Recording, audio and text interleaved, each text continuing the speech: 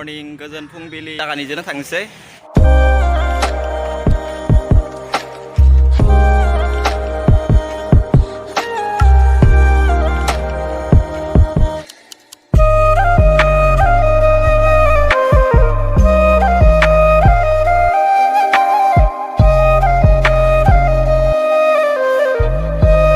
आं दा उमानन्द टेम्पोलाव थांनो थाखाय लाइफ जेकेट गानना लाबाय ओमफ्राय जाहाजावबो उथिखाबाय आरोना। थांनोसै दा उमानन्द टेम्पोलाव। ब्रह्मपुत्र दैमाया बेनो। दा ब्रह्मपुत्र दैमानि सायाव दङ आरोना जाहाज सायाव।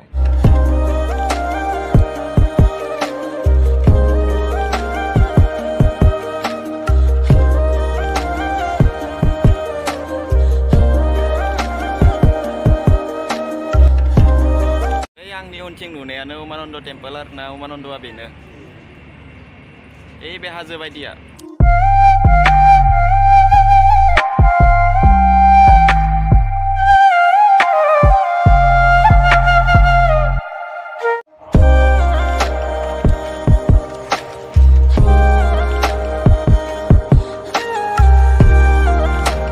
उमानन्दनि रिभार आइलेन्डआव आङो मोनफैबाय ओमफ्राय सिरिथिं गाखोलांगासिनो आरोना उमानन्द टेम्पोलाव। बहुत गोजौ गाखोलांनांगौ उमानन्द टेम्पोलाव थांनो थाखाय। नैबे लामाथिं बे सिरिथिं गाखोलांनांगोन ओमफ्राय बहुत सिंनिफ्राय फैबाय आरोना। ब्रह्मपुत्र दैमानि गेजेरावनो बे उमानन्द टेम्पोला बुहुमनि बयनिख्रुइबो फिसा रिभाराव थानाय दैमायाव थानाय आइलेन्ड। बिथिं थांबाथाय शिब मन्दिर मोनगोन आरोना। ओमफ्राय नैबे दैमा ब्रह्मपुत्र दैमाया बेनो। ओमफ्राय आं दा सायाव गोजौ गाखोलांगासिनो मन्दिराव हाबनो थाखाय दर्शन खालामनो थाखाय। ओमफ्राय नोंथांमोनाबो फैनो हागोन जुदि सोरबाफोर फैयाखै। बेवहाय मोजाङानो, मोजां नाङो फैनानै। जि बरियाथार नाय भिउफोरा।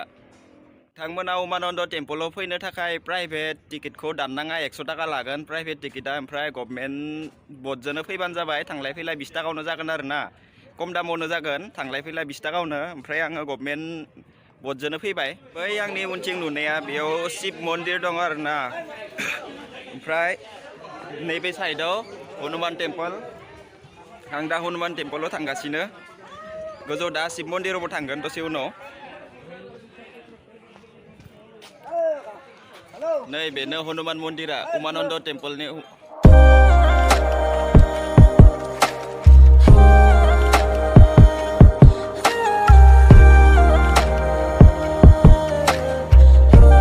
आङो दा ब्रह्मपुत्र दैमानि गेजेराव थानाय उमानन्द रिभार आइलेन्डआव दंफैयो। ओमफ्राय बेनि सेरियावनो जिरायना दंथ'यो। एसे मेंबाय गोजौ गाखोनानै।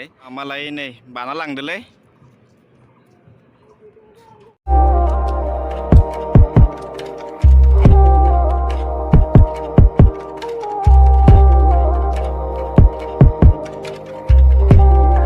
दिनै आङो उमानन्द टेम्पोलाव फैनायाव गरेस्वरनिफ्राय पल्टन बाजारसिम ट्रेनजों फैदों। ओमफ्राय पल्टन बाजारनिफ्राय उजान बाजार माने उमानन्द घाटसिम थाबायनानै फैबाय। थाबायनानै टिकेट दानबाय। ओमफ्राय टिकेटा 20 थाखा लादो थांलाय फैलाय।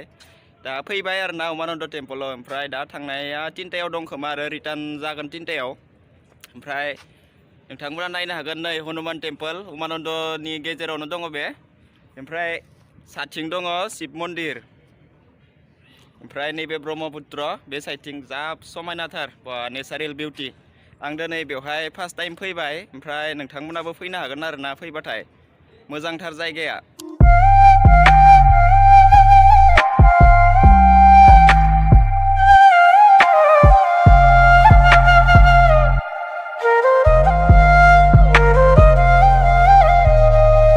आङो ब्रह्मपुत्र दैमायाव दुगैनोसो गोसो जादोंमोन। नैबे ब्रह्मपुत्र दैमायाव दुगैनो गोसो जादोंमोन आरोना। नोंथांमोना उमानन्दखौ रुपवे गुवाहाटी रुपवे बे साथिं केबल कारथिं फैबाबो नुगोन आरोना, नुलांगोन।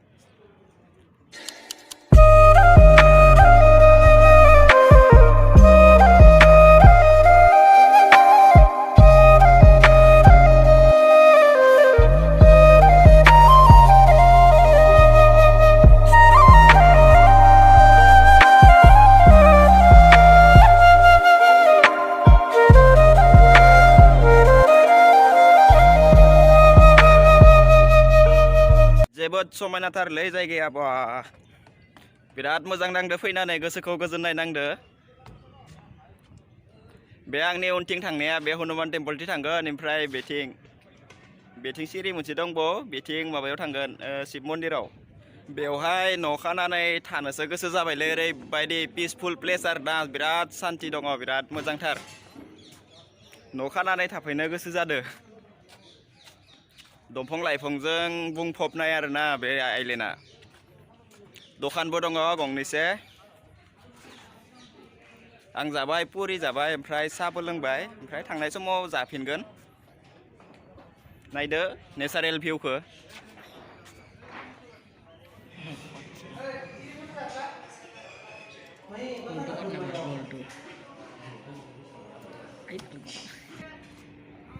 आं एबारना माजुलियावसो थांनो गोसो जादों माजुलियाबो ब्रह्मपुत्र गेजेरावनो ओमफ्राय बेवहाय थांनो गोसो जादों आरोना थांनानै एक्सप्लर खालामहैनो गोसो जादों Berapa mana itu? Bis, di sini ta.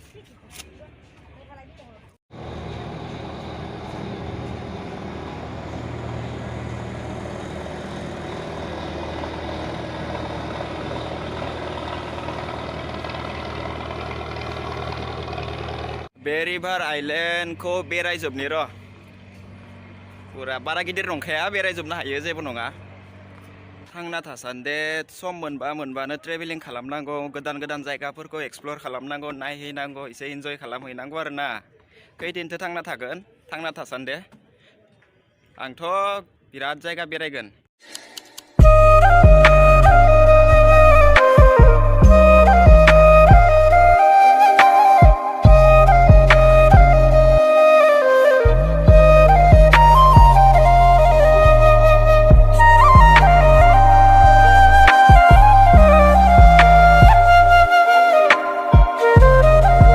नैबे उमानन्द टेम्पलखौ बाय होनो सम फैबायलै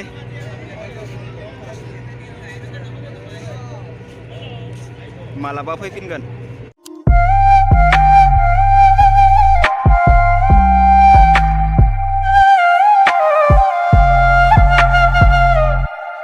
रिटार्न थांफिननो सम जाबाय आं फेरियावबो गाखोबाय नैबे गभर्नमेन्टनि फेरिया